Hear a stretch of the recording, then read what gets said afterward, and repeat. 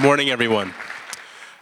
It's so interesting because we've been thinking about what it means to hear our voice this week and what it means to become available, not only to the rest of the world, but what does it mean to really turn our view inward and become available to ourselves? So many students are interested in making the justification for fulfilling their artistic calling, but also holding that they'll somehow let their parents down or somehow let society down if they follow an artistic calling. And they're balancing that tough decision between what it means to be a productive citizen and what it means to follow that deeper spiritual calling of being an artist. As teenagers, especially as people getting ready to go into college and getting ready to be measured against literally every other person your age in the entire world, what you're thinking is, how can I stay close to the center? How can I do the thing that covers the most bases? And yet it's that really interesting thing about you that maybe you're not encouraged to pursue because it doesn't look right on your resume, or it's not getting you the right GPA, you know?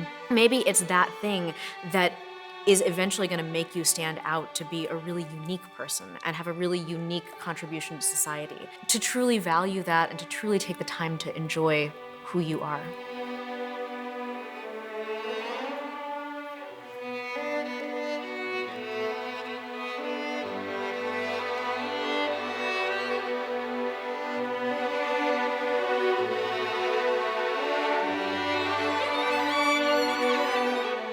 You know, performing with symphonic strings this week has been such a gift because we see the imagination of young people.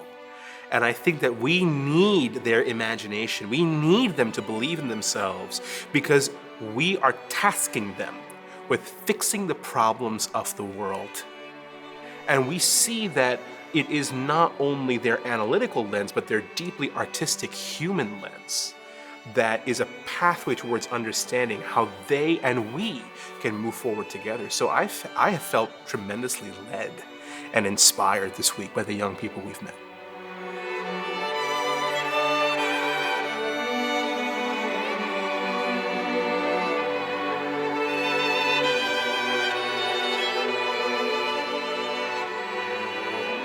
We've had such delicious time working with the students from Symphonic Strings and with Mr. Schwaegler, who has just been a delight to work with.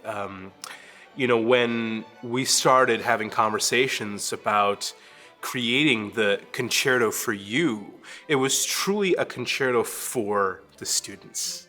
And it was a way for their own individual voices to shine. Right? It's still exciting, but it's in piano, right? So just control the amount of bow you use and really try to keep it to about just using 1.5 inches or 2 inches of bow, right? And that'll help a lot. Let's have a violin party at C.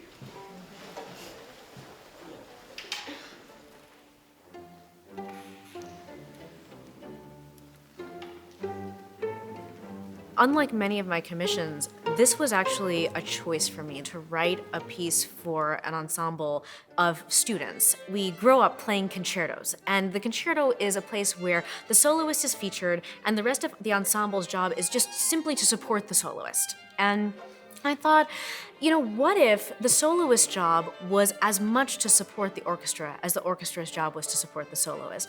What would that even look like? And especially the symphonic strings are an incredible group of students. They are people who are truly passionately engaged in music making, who are there because they just want to be better musicians. And when you're working with a group of students like that, I mean, the sky is really the limit. And so for me, it was a grand experiment with the students to actually see how do they respond to each other? How do they respond when I give them a certain direction? And so in this piece, it's Vijay's job as a soloist to support the students as much as it's their job to support Vijay.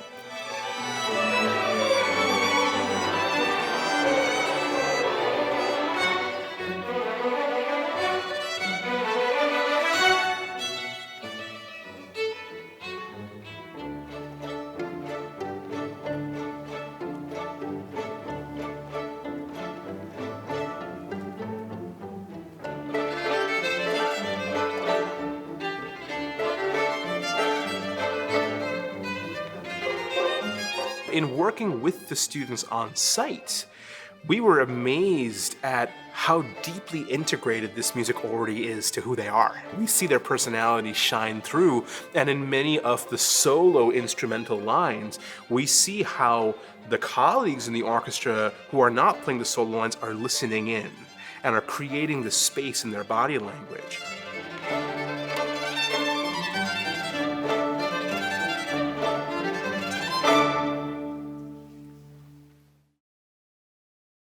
Growing up as a person of Indian heritage in America, I was always aware that there was a part of my culture that had to stay in my home. And that when I went outside into the American world, I needed to be a version of myself that fit into what was expected of me in America.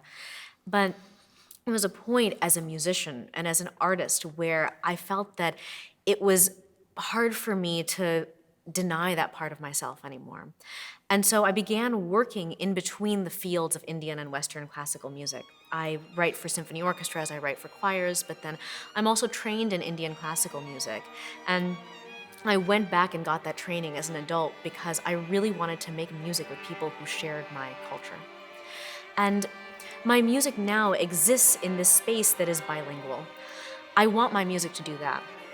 I want it to be the kind of music where if you're familiar with Western symphonic tradition, that music will speak to you. And if you're familiar with Indian classical tradition, that music will also speak to you.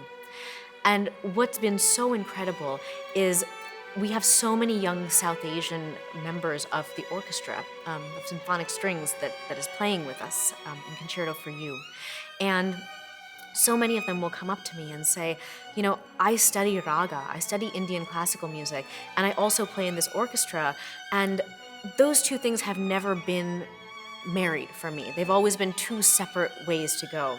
And it's been so gratifying to be able to bring that together in my own life, but even more gratifying to be able to bring it together for the next generation of Indian Americans.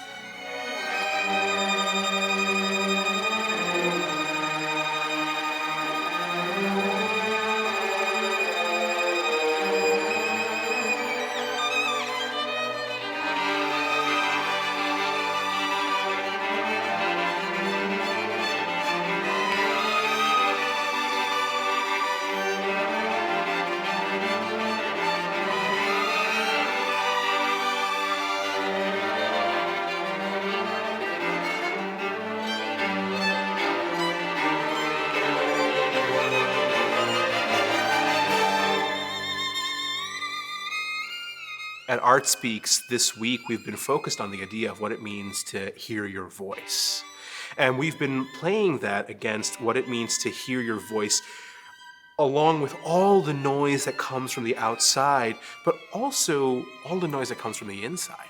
All the voices of doubt, the voices of extreme stress and anxiety, and how the arts actually give us a chance to maybe slow down and be able to look at some of that stuff with some separation and be able to analyze, well, what do I want to actually carry forward in my life?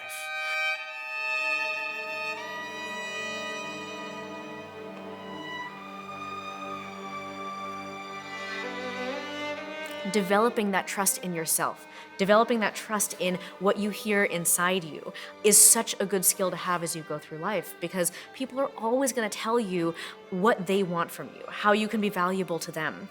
But you also need to weigh that with what's going to give you the life that you want and give you the experiences that really feed you.